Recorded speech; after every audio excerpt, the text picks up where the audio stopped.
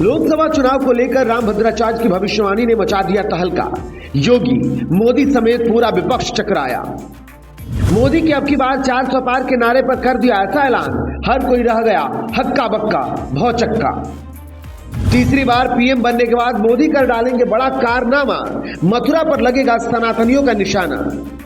Public दर्पण news बताएगा किस तरह से स्वामी राम भद्राचार्य ने 2024 के चुनाव को लेकर कर डाली भविष्यवाणी, कैसे मथुरा में भव्य कृष्ण मंदिर की कर डाली तैयारी, देखिए सिर्फ इस रिपोर्ट में।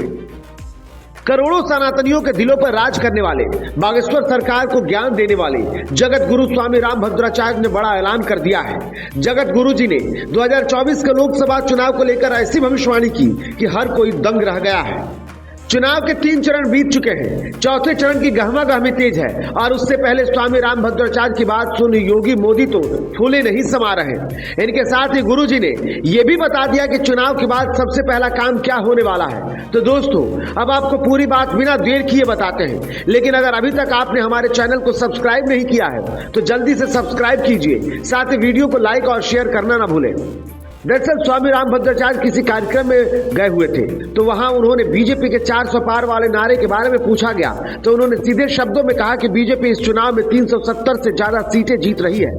स्वामी जी की बात सुन हर कोई हैरान रह गया और जब उनसे पूछा गया कि क्या वो अपना गणित का अंदाजा लगा रहे हैं तो उन्होंने साफ शब्दों में कह दिया कि वो कोई अंदाजा नहीं लगा रहे, बल्कि ये मेरी भविष्यवाणी है। इतना सुनते ही मानो बीजेपी समर्थकों की तो मानो बाँछें खिल गई है, वही विपक्ष के समर्थकों के सीने पर तो जैसा काला नाग लेट गया हो।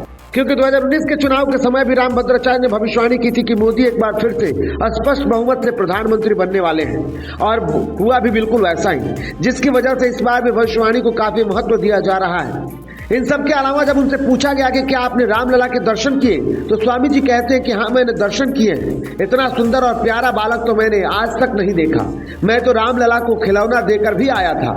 इन सब के अलावा गुरु जी ने एक ऐसा ऐलान किया, उन्होंने कहा कि 2024 के चुनाव के बाद जो सबसे पहला लक्ष्य होगा वो मथुरा में भगवान कृष्ण की पुनर्स्थापना कराना होगा। इसके साथ ही उन्होंने ये भी कह दिया कि हमारे पास मथुरा के लिए भरपूर साक्ष्य है और इन्हीं साक्ष्यों की बदौलत हम भगवान कृष्ण की जन्मस्थली वापस लेकर ही रहेंगे। इससे पहले राम मंदिर के समय भी स्वामी जी ने दावा किया था कि उनके पास राम मंदिर के सबूत हैं और सैकड़ों सबूत उन्होंने न्यायालय में पेश भी किए थे। राम मंदिर मुकदमा जीतने का एक बड़ा कारण स्वामी राम भद्राचार्य को भी माना जाता है, क्योंकि इनके द्वारा पेश किए हुए सबूतों के बाद ही कोर्ट हिंदू पक्ष से संतुष्ट हुआ था और अब मथुरा के लिए इनके ललायित होने का मतलब है कि जल्द ही हमारी मथुरा नगरी में भी हमें वापस मिलने वाली है। अब आपको क्या लगता है, क्या मोदी सरकार के तीसरे टर्म का कार्य शुरू होने के बाद पहला कार्यक्रम मथुरा जन्मभूमि के कब्जा हटवाने का ही होगा? क्या गुरु जी की भविष्यवाणी एक बार फिर सच साबित होगी? आप अपनी राय कमेंट बॉक्स में जरूर लिखें, क्योंकि आप जैसे सनातनियों के विचार बहुत लोगों के लिए प्रेरणा का भी काम करते हैं। पब्लिक दर्पण न्यूज के लिए ठाकुर राहुल जादौन की रिपोर्ट।